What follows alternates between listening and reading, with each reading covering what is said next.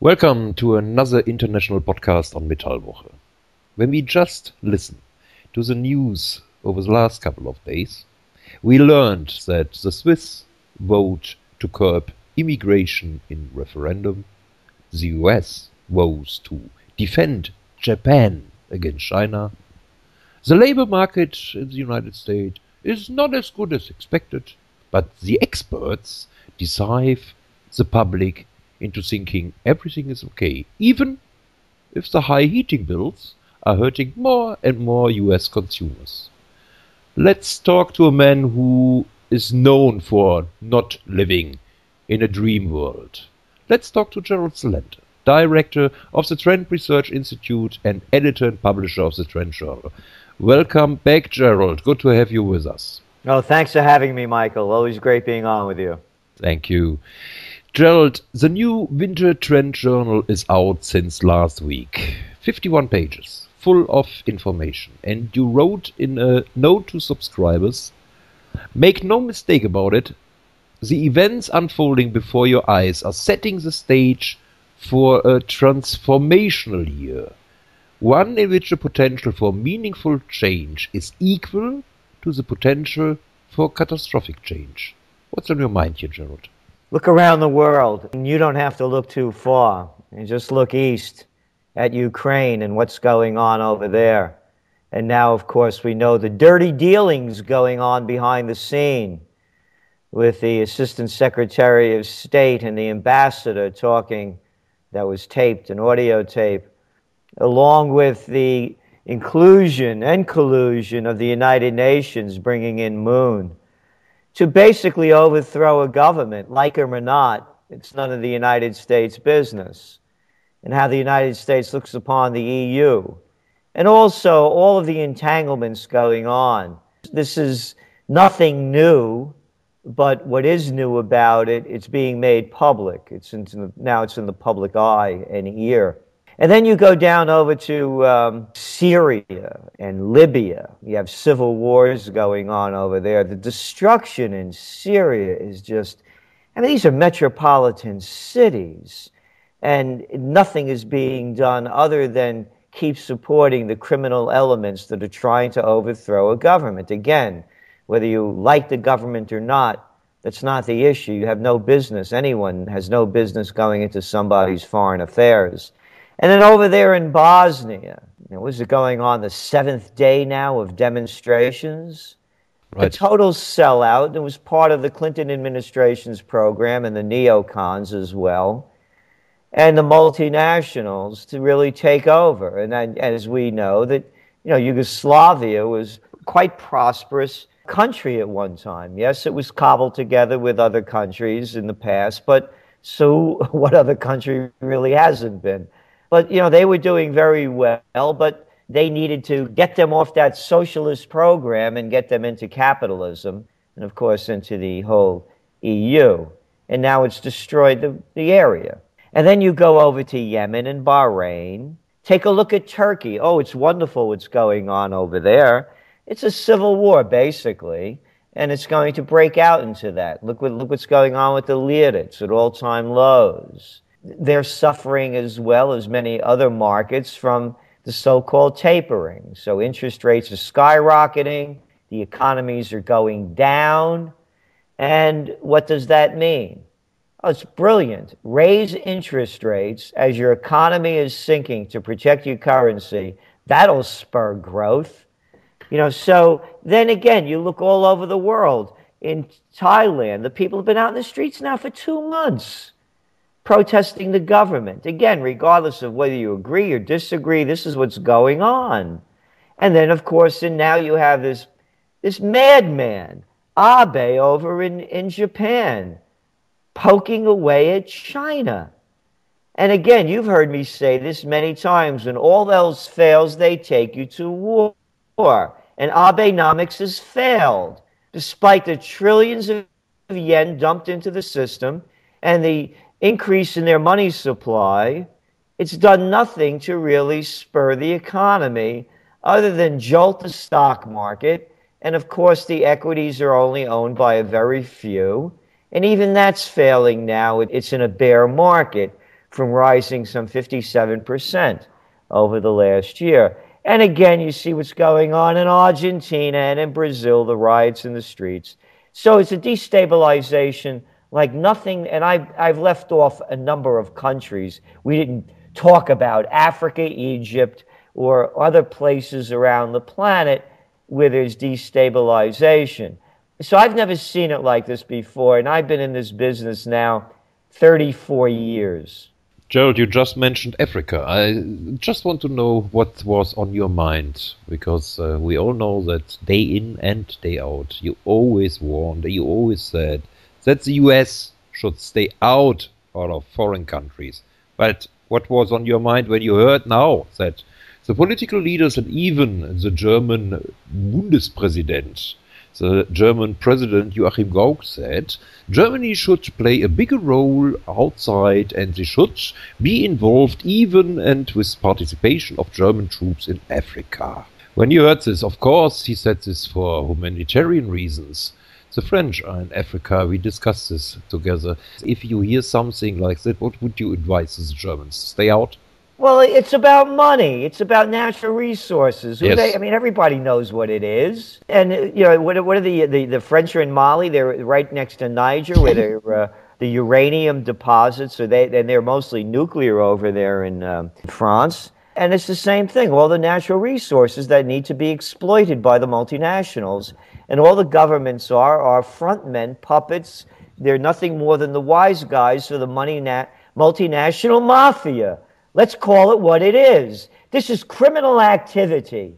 Morality, not military, is going to solve world problems, and there's a shortage of it on the world stage. As a matter of fact, it doesn't exist. It's the gang that couldn't shoot straight. When you listen to that tape, that audio tape of the Assistant Secretary Nuland, who is handing out cookies to the people protesting in Ukraine not long ago, and this clown that they call an ambassador, Pyatt, these are children talking. These are stupid people making serious decisions, and guess what? You got them in a country near you.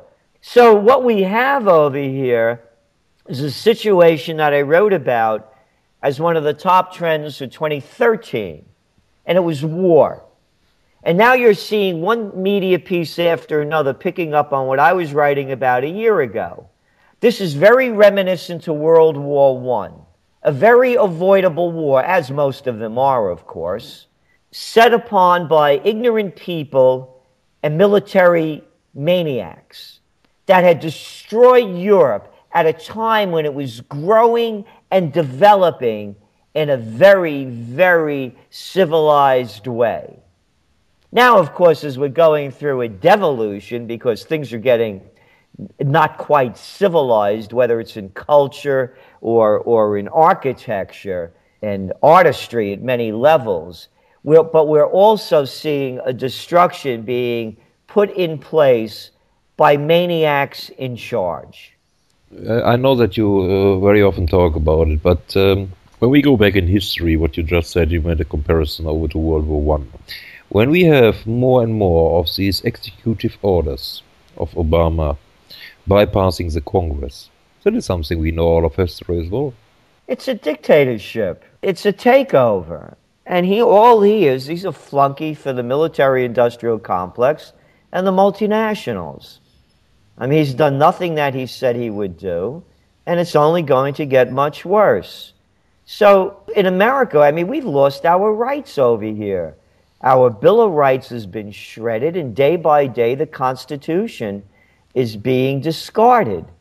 Again, look at the NSA spying on everyone.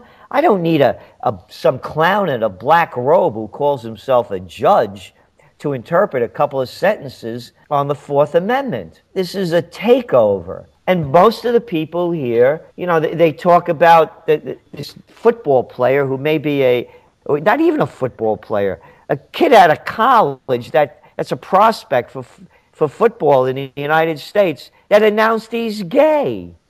I mean, this is the news all day long. I'm not making it up. You know, Justin Bieber got arrested. They actually had on MSNBC They were talking about the NSA with a congresswoman from California, and Andrea Mitchell, who's the wife of Alan Greenspan, cut her off, she's the host, and said, "We have breaking news."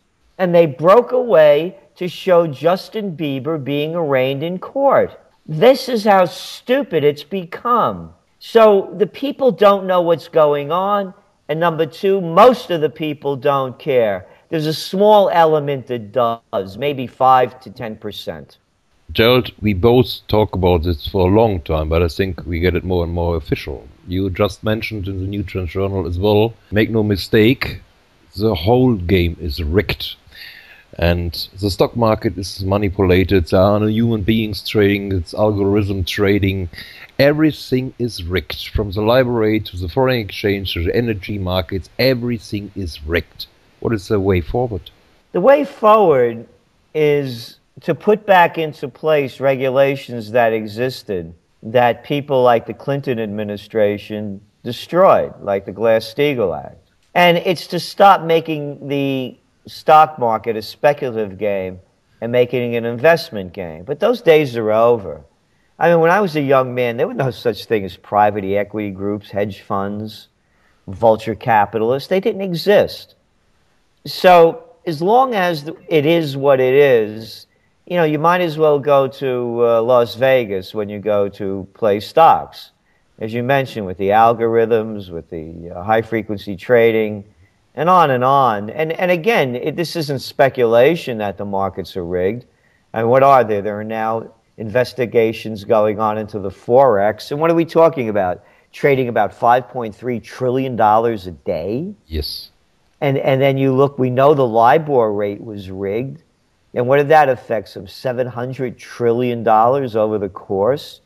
And then you look at, of course, the gold market is rigged as well as the stock markets are rigged. It's a rigged game. So I don't see any way forward other than putting in strict regulations, and they're not going to do it. They can't even get that phony thing called the Dodd-Frank Amendment pushed through without it watering it down. And the only people now it's hurting are the smaller banks. So the small banks are going out of business, and the large ones are getting bigger. The too big to fail have become bigger. So I don't see any changes. I only see becoming more corrupt because the very nature of what it's become is corrupt. You're definitely correct here, but I guess last week he was astonished as well that even JP Morgan, they must feel very, very safe if there is a proposal to have Bliss Masters in the CFTC committee. It was denied afterwards. She's too busy because they're making a transfer of the commodity sector to a Swiss firm. But if you hear this, we have the Goldman Sachs gang everywhere, then you hear people talking about Bliss Masters, the leader of the commodity sector of JP Morgan globally, to be in front of a CFTC committee. That is getting more and more of a farce here, huh? Of course it is. And you look at the appointments in the Obama administration. You know, the same people. They're coming from Citigroup. A new one's coming in now. The guy that's a trade representative, Furman, another Citigroup guy. Lou is Citigroup guy.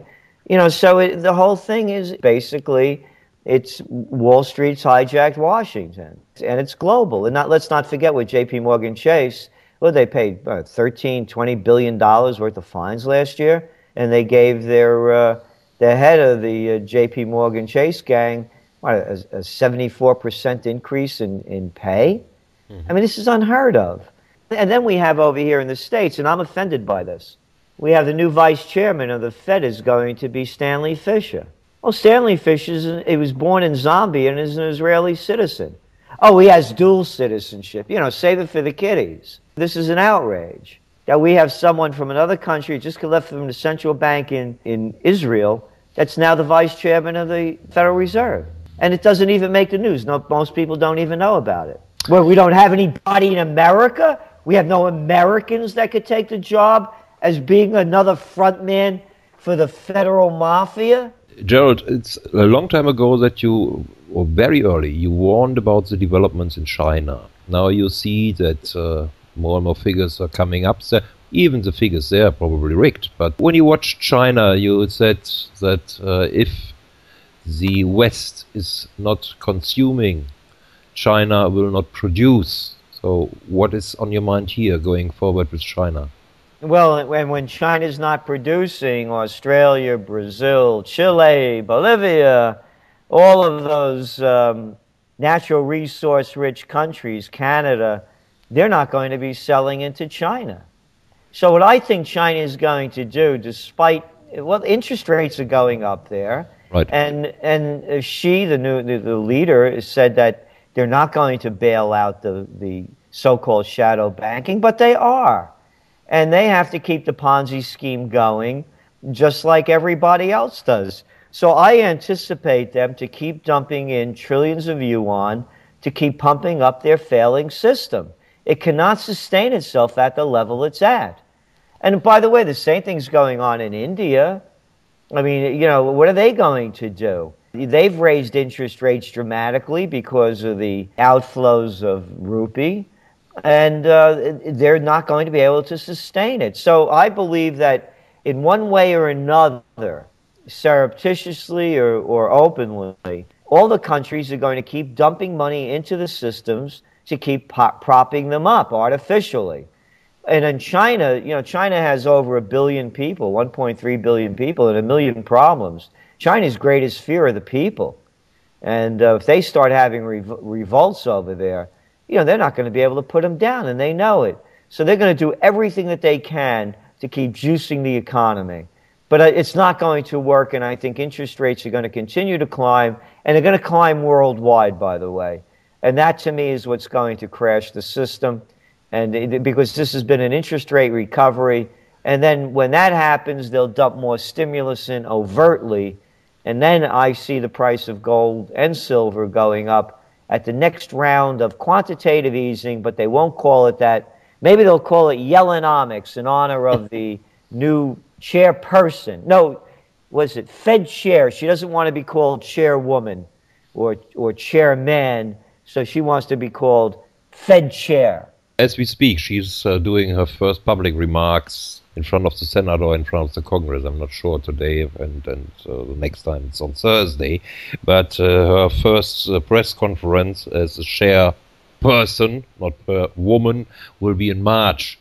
You said you expected on our last conversation in December that things will get straighter and there could be an upheaval in spring, later in spring. That was something what you mentioned. You still stick to this line? Yep. By the end of the second quarter, that's our best estimate. And of course, as I said, you know, there are always the wild cards in there. Mm-hmm. You know, it's very hard to pinpoint these things. But look, you saw how these markets were unraveling just a couple of weeks ago. And then you saw on last Friday, the Dow goes up handsomely after reports come out that the job numbers coming in at 113,000 were far below the expectation of 189,000. And the market goes up. And those revised numbers that were going to boost December's terrible 75,000 job growth, 74,000 job growth, oh yes, they were revised. They went up 1,000 to 75,000. The market should have went down. The markets were going down across the globe.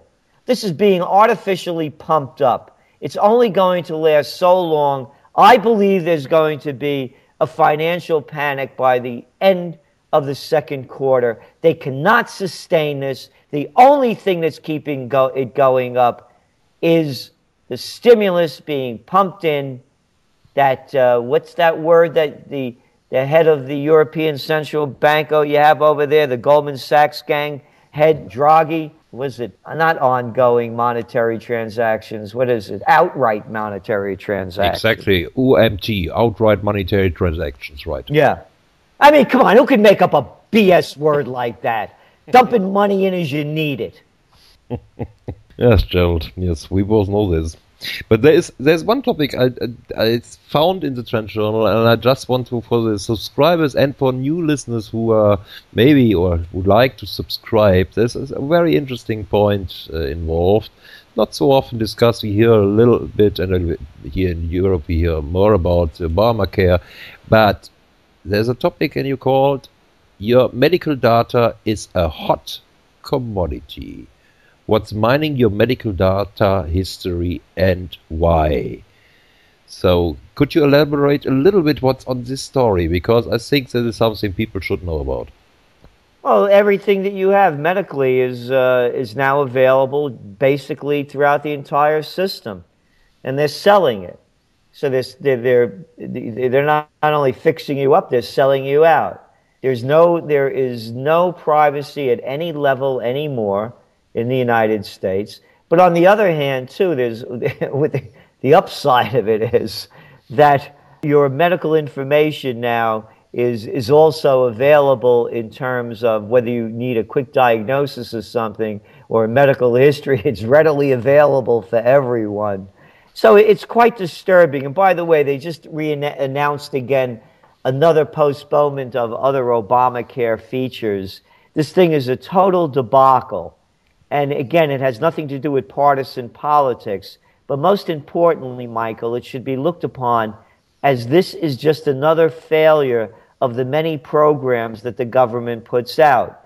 So whether it's fighting wars in Iraq or Afghanistan, or time-limited, scope-limited, kinetic humanitarian actions in Libya, whether involvement in Syria now, of course, with the AFRICAN, that's what they call the new United States movement, the military movement into Africa, whether it's the war on drugs or healthcare, whether it's education. United States, by the way, spends more per capita virtually than any other country on health education, and we don't even win place or show in OECD levels. Everything coming out of Washington is a total failure, and it costs you in your money and in your life. One of the big stories always involved are the students and the debts and what's going on from there. And there's a good story involved in the TrendsJournal as well. So maybe the listeners should go into this as well. Last question, Gerald. We just mentioned a little bit about gold and silver, and we both are not giving advice on this topic. But I think a lot of people were surprised that gold was for the time being holding the bottom here, and it looks like that there is, with all the upheaval what we had in the emerging markets and others, there's a little bit of a safe haven bid in gold already involved. And when you look for gold now, what is your direction in 2014? Not a straight line up, I suspect, but it's a kind of protection for people, and it will come back to their minds. Why would anybody want to be in these paper currencies when you could see what's going on with them? You know, as I say, gold is my golden years. I began buying gold in 1978 at $187.50 an ounce. And I remember when it crashed in 1980, because I had also bought at the highest point during that day. This is a very different time. There was no Russia. There was no China. Everything east of the Berlin Wall was in the Soviet Union. You didn't have this kind of trading going on where people are buying the physical possession. That didn't exist before. And now you're seeing, even in the States, the level of physical possession is at all-time highs. And the mints can't keep up with production around the world. So you have two very different markets. You have the manipulated paper market, and then you have the real physical market. And the people that are buying real physical know what the deal is, that they want to have this in their possession because they can see, again, all you have to do is look at your world leaders and your local leaders and your senatorial, congressional, whatever you like to call them in your country. And you have a range, it ranges between sociopaths and psychopaths, incompetent and inept. So why would you put your future in their hands, their paper hands, and the paper that it's not even really printed on anymore? It's digital money.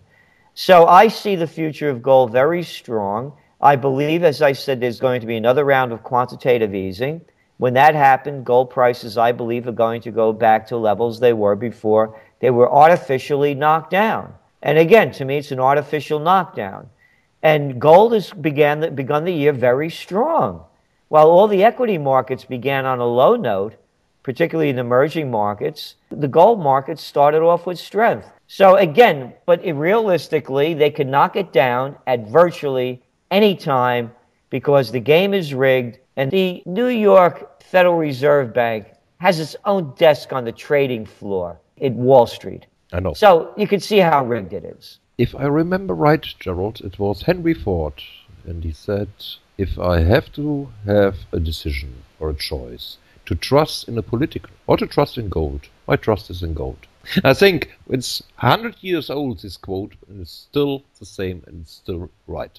Again, why would anybody have any faith in currencies that are backed up by governments that you could have no faith in? It's as simple as that. One of my sayings is if you look up to politicians, you're looking down upon yourself. So why have faith in people that you can have no faith in and then have faith in the currency they're producing? It's all a Ponzi scheme, a central bank Ponzi scheme. And when you look at the people that are in charge, you could see their connections.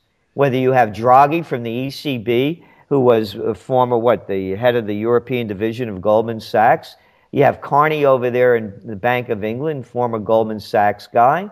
You had the people that destroyed this country, derailed Glass-Steagall Act, Robert Rubin under Clinton, Goldman Sachs. You had Henry Paulson, that was under the Bush administration, that made up the whole big lie of too big to fail, Goldman Sachs. You go around the world. It's the Goldman Sachs gang, the Merrill Lynch mob, and the Deutsche Bank bandits, and one after another. Gerald, you publish not only the Trend Journal, you have Trends in the News from Monday to Friday. So if people would like to subscribe to the Trend Journal, where do they have to go to?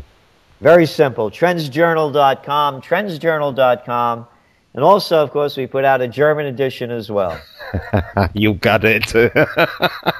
Yes, we have it. And of course, we make a link for this as well to the German edition. That was Gerald Celente, director of the Trends Research Institute, publisher of the Trend Journal. Thank you very much for joining us on Metallwoche, Gerald. Well, thank you, Michael.